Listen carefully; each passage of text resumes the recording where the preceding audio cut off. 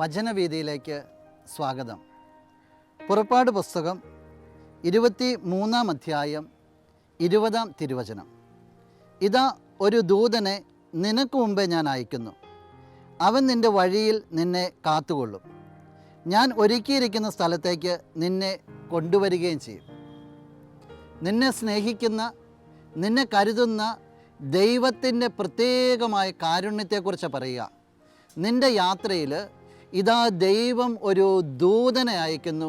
ആ ദൂതൻ നിൻ്റെ വഴിത്താരയിൽ നിന്നെ പൊന്നുപോലെ കരുതിക്കൊള്ളും, നിന്നെ സംരക്ഷിച്ചുകൊള്ളും. ദൈവത്തിന് നിന്നെക്കുറിച്ച് അത്രമാത്രം കരുതലുണ്ട്. പ്രിയ സഹോദര, സഹോദരി, ജീവിതത്തിലേക്കൊക്കെ തിരിഞ്ഞു നോക്കുമ്പോൾ സങ്കടങ്ങളൊക്കെ ഉണ്ടാകാം, വീർപ്പുമുട്ടലുകളൊക്കെ ഉണ്ടാകാം.